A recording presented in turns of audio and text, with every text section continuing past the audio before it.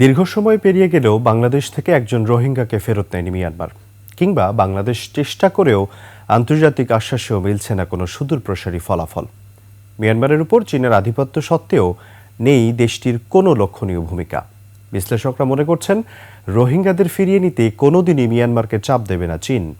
তাই এক্ষেত্রে আন্তর্জাতিক সম্প্রদায়ের সমন্বিত চাপ ছাড়া কোনো বিকল্প নেই। বিস্তারিত জানাচ্ছেন নাহিদ সিরাজি নিম্মি।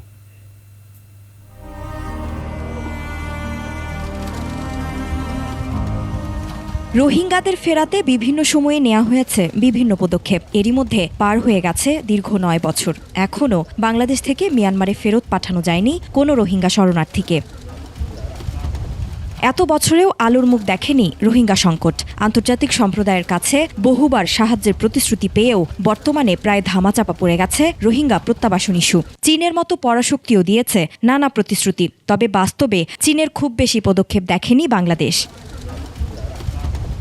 মিয়ানমারে ফেরা যেখানে অনিশ্চিত, সেখানে সম্প্রতি কমে এসেছে মানবিক সহায়তা। এই অবস্থায় কিভাবে এত বিশাল জনগোষ্ঠীর ভরণপোষণ করবে বাংলাদেশ, তা নিয়েও রয়েছে উদ্বেগ। বারবার চীন ভারত এই বক্স থেকে বের হয়ে এসে অন্যান্য যে শক্তিগুলো আছে সেই জায়গাগুলোতে এবং বিভিন্ন যে ফোরামগুলো আছে সেখানে আমাদেরকে এটা নিয়ে যেতে হবে। চীন ব্যক্তিগত স্বার্থেই রোহিঙ্গাদের প্রত্যাবাসনে কোনো মধ্যস্থতা করবে না জানিয়ে এই বিশেষজ্ঞ মন্তব্য করেন, মিয়ানমারের আরাকান আর্মি বিদ্রোহী গোষ্ঠী হওয়ায় বাংলাদেশের পক্ষে কূটনৈতিকভাবে তাদের সাথে আলোচনার কোনো সুযোগ নেই। বাংলাদেশ যদি এখন ইয়াংগুনের সাথে কোনো ধরনের ডায়ালগ ডেভেলপ করে, তাতে করে খুব বেশি কিছু করার নাই। তার কারণ হচ্ছে ইয়াংগুনের কর্তৃত্ব রাখাইন রাজ্যে নাই। আবার বাংলাদেশ আরাকান আর্মির সাথেও সরাসরি কোনো ডায়ালগ ডেভেলপ করতে পারবে না মিয়ানমারের সাথে ডিপ্লোম্যাটিক রিলেশন রেখে। তার কারণ মিয়ানমার রাষ্ট্রের কাঠামোতে আরাকান আর্মি হচ্ছে একটা বিদ্রোহী সশস্ত্র গোষ্ঠী।